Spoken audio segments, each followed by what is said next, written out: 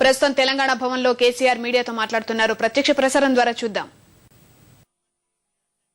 వచ్చి ఈ సమావేశాన్ని పెద్ద ఎత్తున విజయవంతం చేయాల్సిందిగా తెలంగాణ ప్రజలందరికీ కూడా ఈ సందర్భంగా నేను అప్పీల్ చేస్తా ఉన్నాను. పోతే ఈ సందర్భంలో ఇంకొక విషయం కూడా చెప్పాల్సినటువంటి అవసరం ఉంది. ఇంకా కొన్ని విషయాలు చూస్తున్నప్పుడు సంతోషంతో పాటు బాధ కూడా కలుగుతూ ఉంటుంది. హైదరాబాద్కు కేంద్ర ప్రభుత్వంలో ఉండేటువంటి CCEA cabinet committee on economic affairs ITIR అనేటువంటి ఒక భారీ ప్రాజెక్టు ఇక్కడ ఏర్పాటు చేయాలని చెప్పి నిర్ణయాన్ని ప్రకటించింది. ఇదేదో కేంద్ర ప్రభుత్వం కొత్తగా ఈ రోజు ఆలోచన చేసి ఇచ్చినటువంటిది కాదు. వాస్తవానికి గత 4-5 సంవత్సరాల నుంచి భారతదేశం నుంచి సాఫ్ట్వేర్ ఎగుమతులు పెంచడానికి, అట్లనే ప్రస్తుతం ఇక్కడ తయారీలో లేనటువంటి హార్డ్వేర్ పార్క్ను కూడా ఏర్పాటు చేయడానికి మంచి ప్లేస్ కావాలని చెప్పి గవర్నమెంట్ ఆఫ్ ఇండియా ఆలోచిస్తూ ఉంది. దానిలో భాగంగా world CEOs organization, world CEOs అంటే ప్రపంచ చీఫ్ ఎగ్జిక్యూటివ్ ఆఫీసర్స్ ఆర్గనైజేషన్ ఏదైతే ఉందో దాన్ని వరల్డ్ సిఇఓస్ ఆర్గనైజేషన్ అంటారు.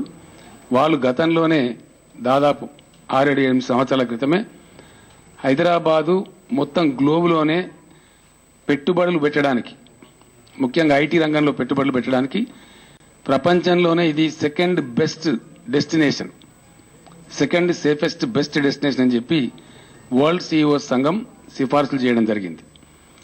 2 సంవత్సరాల క్రితమే కేంద్ర ప్రభుత్వం దీనికి సంబంధించి ఒక ఎక్స్పర్ట్స్ కమిటీని అపాయింట్ కూడా చేయడం జరిగింది.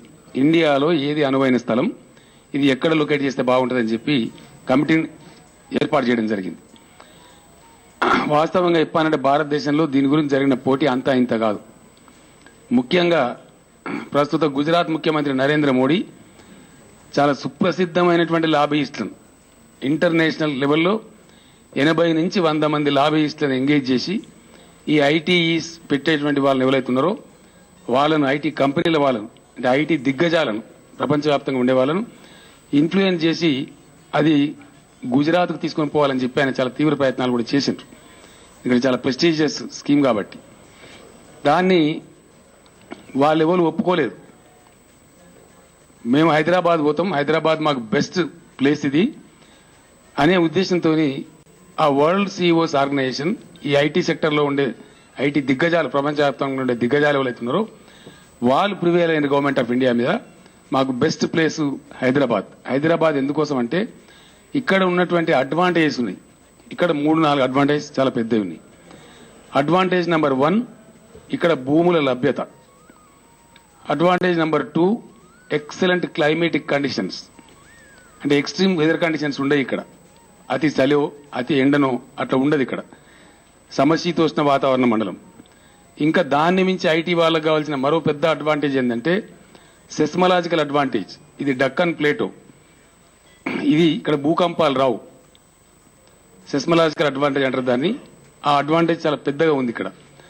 అది పోను ఈరోజు చెప్పబడుతున్నది ఏంటంటే సిలికాన్ వ్యాలీలో కూడా ఆల్మోస్ట్ 15% హైదరాబాద్ నుంచి పిల్లలే డామినేట్ చేస్తూ ఉన్నారు. ఈరోజు మన రాష్ట్రానికి చెందిన పిల్లలే డామినేట్ చేస్తూ ఉన్నారు. కాబట్టి ఆ వర్క్ ఫోర్స్ అవైలబిలిటీ, హైదరాబాద్లో ఉన్నటువంటి వర్క్ ఫోర్స్ అవైలబిలిటీ కూడా ఉంది. కాబట్టి భూములు ఉన్నాయి, మంచి క్లైమేటిక్ కండిషన్ ఉంది, అఫెక్షనేట్ సొసైటీ ఉంది, పెద్ద నగరం ఉంది, అంతర్జాతీయ విమానాశ్రయం ఉంది, వర్క్ ఫోర్స్ అందుబాటులో ఉంది, చాలా చక్కటి క్లైమేటిక్ కండిషన్స్ ఉన్నాయి. వీటన్నిటి దృష్ట్యా ఎవరి ప్రమేయం లేకుండా, ఏ రాజకీయ నాయకుని ప్రమేయం లేదు దీనిలో. వాస్తవంగా చెప్పానంటే ఎవరి ప్రయత్నం కూడా కాదు ఇది. To be frank, it is one and only advantage of Hyderabad. హైదరాబాద్లో ఉన్నటువంటి టెక్నాలజికల్ అడ్వాంటేజ్, భౌగోళిక పరిస్థితులు, ఇక్కడ ఉండబడే వాతావరణ సమతుల్యత పరిస్థితులు దీనికి దోహదపడ్డాయి.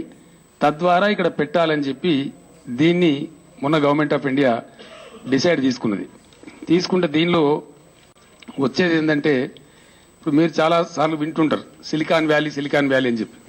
అమెరికాలో సిలికాన్ వ్యాలీ ఉంటుంది. అమెరికాలో ఉంది తప్ప అది యూరోప్లో కూడా ఇంకెక్కడ లేదు. లండన్లో లేదు, ఇంకో చోట లేదు, ఇంకో చోట ఎక్కడ లేదు. దాని తర్వాత ఇండియాలో ఉన్నటువంటి ప్లేసెస్ కేవలం 3 ఉన్నాయి. ఒకటి హైదరాబాద్, రెండవది బెంగళూరు, మూడవది పూణే. ఈ 3 చోట్లనే ఐటీ అనేది బాగా ఫ్లరిష్ అయింది.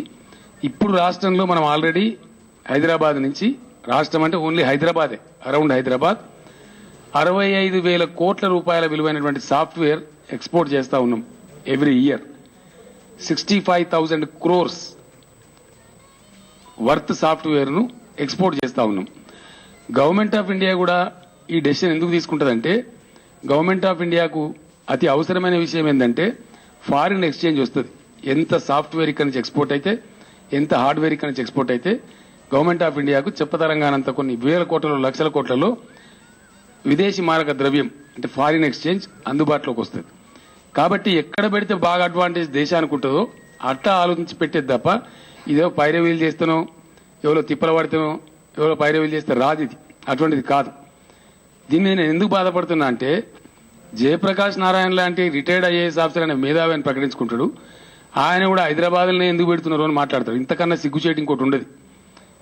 నిన్న మొన్నటిదాకా తెలుగు వాళ్ళం కథ కార్ఖానా అని పెద్ద ఉపన్యాసాలు చెప్పిన వాళ్ళు ఇలా జయప్రకాష్ నారాయణ లాంటి వ్యక్తి కూడా సంకుచితంగా మళ్లీ హైదరాబాద్లోనే కేంద్రీకరిస్తురా అని మాట్లాడతారు. వైజాగ్ను మర్చిపోయినరా అని ఇంకోటి మాట్లాడతారు. వైజాగ్లో పెట్టమని కాలు పట్టుకునేవాడు పెట్టాడు. కారణం ఏంటంటే హ్యూమిడిటీ, అది సీ సైడ్ ఉంటుంది, అక్కడ డిసడ్వాంటేజెస్ ఉంటాయి. దీనికి కావాల్సిన ఇవన్నీ కావాలా, ఇవన్నీ వనరులు ఎక్కడైతే ఉంటాయో అక్కడ పెడతారు. మొత్తం మీద వెరసి దేశం మొత్తానికి బెనిఫిట్ అయ్యేది ఆలోచిస్తారు తప్ప ఇది ఒక దగ్గర కోసం ఆలోచించేది కాదు. దీంట్లో ఇన్వెస్ట్మెంట్స్ ఏంటంటే 2.19 లక్షల కోట్లతో దీన్ని ఎస్టాబ్లిష్ చేయాలనేది ఆలోచన. దీనిలో 2 ఉంటాయి. రెండేంటి? IT sector, ITE sector, ITES అంటే ఐటీ ఎనేబుల్డ్ సర్వీసెస్ సెక్టర్ను ఐటీ సెక్టర్, ఈ 2 ఒక భాగం. రెండవది హార్డ్వేర్ అంటే ఎలక్ట్రానిక్, ఇండస్ట్రియల్, అవన్నీ మ్యానుఫ్యాక్చరింగ్ యూనిట్స్ ఉంటాయి. అయితే ఇప్పుడు ఎట్లుంది, చాలా ప్రతిష్టాత్మకంగా ఉన్నది మన అమెరికాలో ఉన్న సిలికాన్ వ్యాలీ, అది ఓన్లీ సాఫ్ట్వేర్ తయారు చేసే ఏరియా, అది ఓన్లీ ఐటీ వరకే ఉంటుంది, అక్కడ ఇండస్ట్రీస్ లేవు. బట్ షాంజై అనే ప్లేస్లో, షాంఘై కాదు షాంజన్, చైనాలోనే ఇంకో సిటీ, షాంఘై సిటీ కాదు, మనం షాంఘై అంటే జనరల్ షాంఘై అనుకుంటాం. షాంజన్ అనేటువంటి ఒక ప్లేస్లో చాలా పెద్ద ఏరియాలో చాలా ప్రెస్టీజియస్గా ఇంటర్నేషనల్లీ ఫేమస్ ఉండేటువంటి హార్డ్వేర్ యూనిట్ అక్కడ ఉంది. దీనిలో ఏంది మనకు హైదరాబాద్ అంటే, అమెరికాలో ఉన్న సిలికాన్ వ్యాలీ, చైనాలో ఉన్నటువంటి షాంజన్ ఏదైతే ఉందో 2 కలిపి ఇక్కడ వస్తున్నాయి. ఇక్కడ బోత్ ఆర్ కమింగ్ హియర్. అంత పెద్ద ఇండస్ట్రీ ఇది. Over a period of 25 years. దీని ఫైనల్ షేప్ ఎప్పుడు వస్తుందంటే, ఇప్పుడు మొదలుపెట్టి 25 సంవత్సరాలు పూర్తయ్యే నాటికి దీని ఎస్టిమేట్స్ ఏంటంటే, దీనికి దాదాపు 60-65 లక్షల మందికి జాబ్ ఆపర్చునిటీ రావాలే వస్తుంది అనేటువంటిది ఉంటుంది. అయితే సరే వాళ్ళు చాలా చెప్పి 56, 15, 71,000 చెప్పిన వాళ్ళు, అది అసెస్మెంట్ ఓన్లీ. అది ఇండైరెక్ట్ ఉంటుంది, డైరెక్ట్ ఉంటుంది. అంటే ఒక 15 లక్షల వరకు డైరెక్ట్ ఎంప్లాయ్మెంట్ వస్తుంది, ఇండైరెక్ట్ ఎంప్లాయ్మెంట్ ఇంకొక 50-55 లక్షలకు వస్తుంది అనేది నిపుణులు, ఆ రంగంలో ఉండే నిపుణులు, ఎక్స్పర్ట్స్ వేసినటువంటి ఎస్టిమేట్. అంత ప్రెస్టీజియస్ ప్రాజెక్ట్ ఇది. అది ఎప్పుడు సాధ్యమవుతుంది? రేపు తెలంగాణ రాష్ట్రంలో తెలంగాణ ప్రభుత్వం కూడా అంత సమర్థమైన నాయకత్వం, దీన్ని ఫెసిలిటేటర్ కావాలి, దీన్ని ఫెసిలిటేట్ చేసే గవర్నమెంట్ కావాలి, అంత డైనమిక్ గవర్నమెంట్ ఉండాలి, అంత ఫోర్ సైట్, ఫ్యూచర్ దృష్టి పెట్టేటువంటి గవర్నమెంట్ ఉండాలి. కాబట్టి అట్లా జరగాలి. మన దగ్గర ఏం జరిగింది గతంలో మనం చాలా చూసినాం. అదేంటి వాటి పేరేంటి, అవి ఫ్యాబ్ సిటీ, ఇంకేందో వ్యాలీలు, మన వ్యాలీలు, మసాని వ్యాలీలు పెట్టి రియల్ ఎస్టేట్ దందా చేసిండ్రు, భూములు అమ్ముకున్నారు. మనం చూసినాం, కళ్ళతో చూసినాం, ఇప్పుడు కూడా చూస్తున్నాం. రేపు తెలంగాణ వచ్చిన తర్వాత కూడా రివ్యూ కూడా చేయాల్సి ఉంటుంది. అవి ఎందుకు పెట్టినరు, ఎవరి కొంపలు ఊచుకోవడానికి పెట్టినరు, ఏమేం చేసిండ్రు. పేదల భూములు లాగి వాటి ప్రచారం కల్పించి రియల్ ఎస్టేట్ దందాకోరులకు ఉపయోగపడేటట్టు. చంద్రబాబు నాయుడు పీరియడ్ అంతే, రాజశేఖర రెడ్డి పీరియడ్ అంతే, ఇద్దరు కూడా అదే దందా చేసిండ్రు తప్ప పెద్దగిడికి తెచ్చి పడగొట్టింది ఏమి లేదు, చేసి వాస్తవంగా జరిగింది ఏమి లేదు. ఈరోజు ఎవరి ప్రయత్నం లేకుండానే ఇంత పెద్ద ఐటీఐఆర్ అంటే information technology investment region. ITIR full form ఏంటంటే information technology investment region. Investment region create చేయడానికి అవసరమైనటువంటి హంగులు కావాలి. ఆ హంగులు అన్నీ ఉన్న నగరం హైదరాబాద్. ఎందుకు? ఇంటర్నేషనల్ ఎయిర్పోర్ట్ ఉంది. దీన్ని 2-3 దిక్కులు పెడతామని చెప్తున్నారు. రండి వివే గారు. 2-3 దిక్కులు ఏంది, హైదరాబాద్ చుట్టూ ఉండేటువంటి ప్లేసెస్ కొన్ని వాళ్ళు లొకేట్ చేసిండ్రు. ఇటు మహేశ్వరం కానీ, ఇటు మాదాపూర్ కానీ, అటు శంషాబాద్ ఎయిర్పోర్ట్ దిక్కు కానీ, ఇటు ఈస్ట్ సైడ్ ఉప్పల్ కానీ, ఇవన్నీ కూడా మాకు అందుబాటులో ఉన్న ఈ ల్యాండ్స్ అని కూడా వాళ్ళు ఐడెంటిఫై చేసిండ్రు. సో ఈ ప్రెస్టీజియస్ ప్రాజెక్టును పెట్టే దానిలో రేపు డెఫినెట్గా తెలంగాణ ప్రభుత్వం ఒక ఫెసిలిటేటింగ్ గవర్నమెంట్ ఉండి ఒక సింగిల్ విండో ఏర్పాటు చేయాలి. ఒక సంస్థ ఏర్పాటు చేయాలంటే 10 గవర్నమెంట్ ఆఫీసుల చుట్టూ తిరిగేటువంటి దిక్కుమాలిన వ్యవస్థ ఇప్పుడు ఈ రాష్ట్రంలో ఉంది. అట్లా కాకుండా ఒక సింగిల్ విండో ఉండి ఆ పెట్టుబడిదారులు వచ్చేటట్టు, వాళ్ళని అట్రాక్ట్ చేసేటట్టు 100% కరప్ట్ ఫ్రీ ఉండాలి. వాళ్ళకి ఫెసిలిటీ వాళ్ళని రప్పించాలి. ఇక్కడికంటే 100% చాలా సులభతరమైనటువంటి చట్టాలు ఉండాలి. సింగిల్ విండో డెలివరీ మెకానిజం ఉండాలి. లైసెన్స్లకు వాళ్ళు పొద్దాగా తిరగకుండా పైరవీలు చేసుకోకుండా, తర్వాత అవినీతి లేనటువంటి పరిస్థితి ఉండాలి. ప్లస్ ప్యాకేజ్ ఇచ్చేటువంటి గవర్నమెంట్, అటువంటి ముఖ్యమంత్రి తెలంగాణకు అవసరం అవుతుంది రేపు. అట్లాంటి ప్రాజెక్టును పట్టుకొని ఈ విధంగా రకరకాలుగా పక్షపాత వైఖరితో, ప్రాంతీయ పక్షపాతంతో మాట్లాడడం అనేది చాలా దురదృష్టం. ఇది మొత్తం దేశమే గుర్తించింది ఇలా Hyderabad. Entire country has felt that Hyderabad is the right place. అది ఏ బెంగళూరుకో ఏ పూనాకో పోకుండా మనకు వచ్చింది. ఇవాళ మనం గర్వపడాలి, సంతోషపడాలి. దీనిలో ఉద్యోగాలు తెలంగాణలోకి వస్తాయని ఉండదు ఇక్కడ. ఇది ఫీల్డ్ ఆఫ్ ఎక్స్పర్టైజ్. దీనికి ఇంటర్నేషనల్ కాంపిటీషన్ ఉంటుంది. ఎందుకంటే 2 కలిసి వస్తున్నాయి. సిలికాన్ వ్యాలీ ప్లస్ శాంజన్ 2 కలిసి ఒకచోట వస్తున్నాయి. కాబట్టి రేపు Hyderabad silicon valley and Shenzhen put together of India కాబోతా ఉంది. Hyderabad is bound to become the silicon valley of India. కాబట్టి ఉజ్వలమైనటువంటి భవిష్యత్తు ఉంటుంది. చాలా అద్భుతమైనటువంటి దీంతో పాటు ఏమవుతుంది, ఇంకా ఇతర అనేక రంగాల మీద కూడా దీని ఇన్ఫ్లుయెన్స్ ఆపరేట్ చేస్తుంది. వేరే ఇన్వెస్టర్స్ మీద కూడా ఇది ఆపరేట్ చేస్తుంది. ఆ పద్ధతిలో జరిగేదాన్ని పట్టుకొని జయప్రకాష్ నారాయణ, ఇంకా చంద్రబాబు నాయుడు, ఇంకా కొంతమంది మాట్లాడమని నాకు చాలా బాధ కలిగించింది. అందుకోసం ప్రత్యేకంగా దీన్ని ప్రస్తావించి చెప్తున్నాను. ఇట్లాంటి వాటి మీద విషయం కక్కకూడదు. ఇది మంచి సాంప్రదాయం కాదు, హెల్దీ ఆస్పెక్ట్ కాదు ఇది. గతంలో నేను చాలా చేసిన హైదరాబాద్ ఐటీని అసలు ప్రపంచం పటంలో పెట్టింది నేనే అని చెప్పేటువంటి చంద్రబాబు నాయుడు ఇంత సంకుచితంగా మాట్లాడడం కూడా కరెక్ట్ కాదు. అది ఈ పరిస్థితి. ఇక రెండవ aspect political aspect. Chandrababu Naidu ఢిల్లీకి పోయి శ్రీరంగ నిధులు చెప్తా ఉన్నాడు. ఇప్పుడు ఆయన మాటలు వింటుంటే అసలు ఆయనకు బ్రెయిన్ దొబ్బిందా, ఉన్నదా లేదా, ఏమైంది, ఏమైనా పిచ్చిగిట లేచిపోయిందా, నాకైతే మెంటల్ బ్యాలెన్స్ పోయినట్టు అనిపిస్తా ఉంది చూస్తుంటే. ఏం మాట్లాడుతున్నాడు ఆయన? నేను పీటర్ను తీసుకుంటా అంటున్నాడు ఆయన. ఏం పీటర్ నువ్వు తీసుకున్నావు? ఎన్ని టర్నులు తీసుకుంటావు? అసలు నీ బతికి ఎన్ని టర్నులు తీసుకోవాలా? ఇంత దుర్మార్గమా? ఇలా తెలంగాణ ప్రకటిస్తే ఎన్ని టర్నులు తీసుకున్నావు నువ్వు? December 7th నాడు 2009 ఏం టర్న్ తీసుకున్నావు? December 10th నాడు ఏం టర్న్ తీసుకుంటున్నావు? మళ్ళా ఇవాళ ఏం టర్న్ తీసుకుంటున్నావు? ఇవన్నీ ఎవరిని మోసం చేయడానికి, ఎవరిని బోల్తా కొట్టించడానికి? చెప్పచ్చు కదా చంద్రబాబు నాయుడు సీదా నేను తెలంగాణ రాష్ట్ర ఏర్పాటు వ్యతిరేకిస్తున్నాని. ఎందుకు ఢిల్లీలో పోయి చీకటి వ్యవహారాలు చేస్తున్నావు?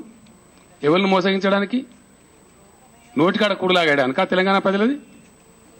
ఇలా తెలంగాణ రాష్ట్రం ఏర్పడబోయే తరుణంలో జాయింట్ పార్లమెంటరీ కమిటీ నడుతావు. నువ్వు ఏ నోరుతో నడుతున్నావు? నువ్వు పీటర్ను ఏ పీటర్ను తీసుకున్నావు? నువ్వు ఇలా రాష్ట్రం అంటే స్తంభించిపోయింది. ఆయనకు తెలంగాణ ఉద్యమం జరిగినాడు స్తంభించిపోలే. తెలంగాణలో 1000 మంది బిడ్డలు చచ్చిపోతుంది నీకు కనవల్లే. అప్పుడెందుకో తీసుకోలేదు పీటర్ను. అప్పుడేమో రిఫ్రిజిరేటర్లో దాక్కు నువ్వు. ఇంతకెళ్ళి బయటికే రాలేదు అసలు నువ్వు. ఇలా పోతావు, ఆంధ్రాలో తిరుగుతావు, మళ్ళీ వెంటనే పోయి ఢిల్లీలో దుకాణం పెడతావు. ఎవరు మోసం చేయడానికి ఇది? కాబట్టి తెలంగాణ ప్రజలను కూడా నేను కోరుతున్నా, తెలంగాణ తెలుగుదేశం నాయకులకు సిగ్గు లజ్జ ఉంటే ఇంకా కూడా అలా పడి కొనసాగి సస్తారా గట్లే దేబ్యం మొహల్లాగా? లేదు తెలంగాణ బిడ్డలైతే ఉద్యమంతో కలిసి వస్తారా? ఆలోచించుకోవాలని కూడా తెలంగాణ తెలుగుదేశం నాయకులకు కూడా నేను కాల్ చేస్తా ఉన్నా. ఇంకా ఆత్మ చంపుకోకండి. ఇలా తెలంగాణ కళ సాకారమయ్యే తరుణంలో మీ పాపాలు గడుక్కోండి. ఆ పాపాల భైరవుని ఎంబడి ఉండి ఇంకా పాపాలు మూట కట్టుకోకండి. ఇది ఎంత మాత్రం కూడా సమంజసం కాదు. చంద్రబాబు నాయుడు ఢిల్లీలో చేసిన వ్యాఖ్యలను నేను చాలా తీవ్రంగా ఖండిస్తా ఉన్నా. అతని అటిట్యూడ్ కూడా ఖండిస్తా ఉన్నా. ఇది ఏమాత్రం కూడా కరెక్ట్ కాదు. ఆల్రెడీ నువ్వు ఏ టర్న్ తీసుకున్నావు? ఆంధ్ర టర్న్ తీసుకున్నావు. ఎవరికి తెలియదు ఇది? ఎవరి కోసం నీ కంఠశోష? దేనికోసం? 9 ఏళ్ళు పనిచేసిన ముఖ్యమంత్రిగా 9 ఏళ్ళు కూడా ప్రతిపక్ష నాయకుడు నువ్వు ఏదో నీ ప్రతిపాదన పెట్టచ్చు కదా, ఇట్లా ఏంది అని చెప్పచ్చు కదా. మీదికేం చెప్పడు అది. లోపల మాత్రం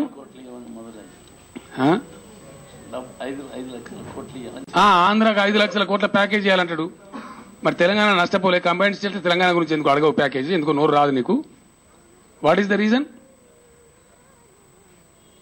అసలు ప్యాకేజీ ఇవ్వాల్సి వస్తే, నష్టపరిహారం ఇవ్వాల్సి వస్తే ఎవరికి అనండి? ఆంధ్రప్రదేశ్లో కంబైన్డ్ ఆంధ్రప్రదేశ్లో మునిగింది తెలంగాణ, నష్టపోయింది తెలంగాణ, కష్టపడ్డది తెలంగాణ, వలసల పాలైంది మహబూబ్నగర్ జిల్లా, ఫ్లోరైడ్తో నలిగిపోయింది నల్గొండ జిల్లా.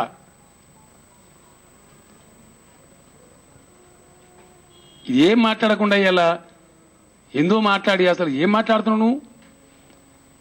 మాట్లాడడానికి కూడా ఒక అది ఉండాలా. Thank you.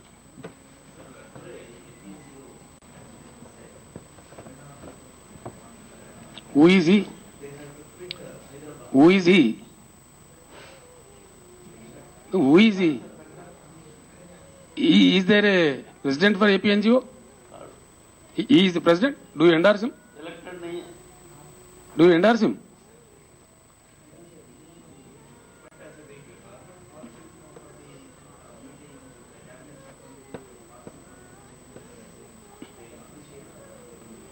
Maybe the government is senseless. I am not senseless. I am sensible. I know who is who, what is what.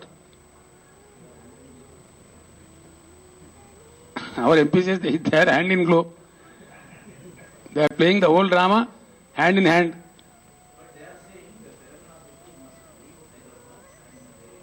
It's rubbish.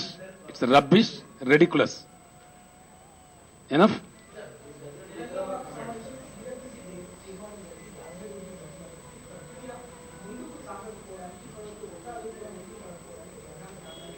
ఒక్కడుగు ముందర పడుతుంది మీరు అనుకోవడమే తప్పు.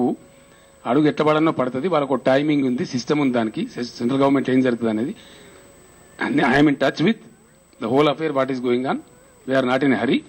తెలంగాణ రాష్ట్రం ఏర్పడుతుంది, మీకు ఎవ్వరికి ఎటువంటి సందేహం అక్కర్లేదు.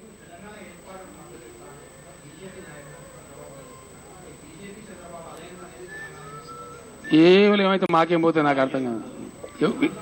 దాంతో మేమేం దాన్ని పడుచుకోవాల్సిన అక్కర మాకేముంది నాకు అర్థం కాదు.